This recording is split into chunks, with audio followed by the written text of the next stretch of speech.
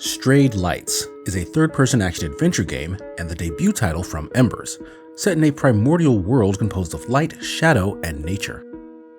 You take control of an ambiguous entity of light that is soon corrupted by darkness and split up into countless siblings by unknown forces. While many of your newfound compatriots are harmless, a handful have become hulking abominations engulfed by darkness that only you can quell. There is no dialogue or text used throughout the adventure, but the basic through lines of cleansing corruption or reclaiming a lost power were easy enough to follow thanks to an incredible musical score and fantastic cinematics. It's all just vague enough to mean a lot or nothing at all, depending on how you interpret it.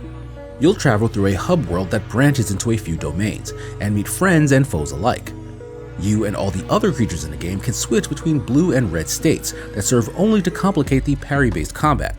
Successful parries matching the correct color state will weaken enemies as well as heal you slightly, while parries in the wrong color will act as a block, only preventing damage. You have access to a dodge, a basic 3-hit combo, as well as 3 special moves you'll unlock and upgrade over time. A lunging attack, a move that stuns enemies for a short while, and by far the most useful, a momentary buff that ignores the color system and lets you just parry. Once you've filled an enemy's damage meter, you'll need to cleanse them with a burst of light, which is just a little anticlimactic as your one and only finishing move. Enemies have good telegraphs for attacks, and it feels rewarding to successfully switch to the right color just before a parry.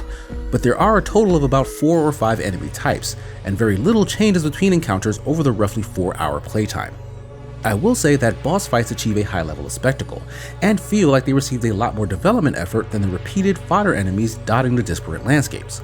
There are hidden collectibles and upgrades to find in the different domains as well, but the compulsion to explore was constantly hampered by how easy and short most pathing to those pickups would be. There was rarely much of interest off the main path.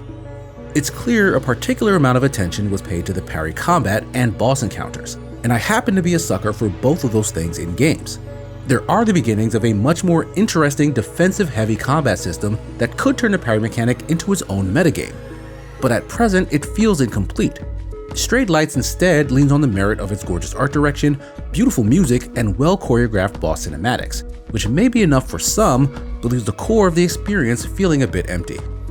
Strayed Lights is out April 25th for $24.99 on PC, PlayStation 4, PlayStation 5, Xbox One, Xbox Series X and S, and Nintendo Switch.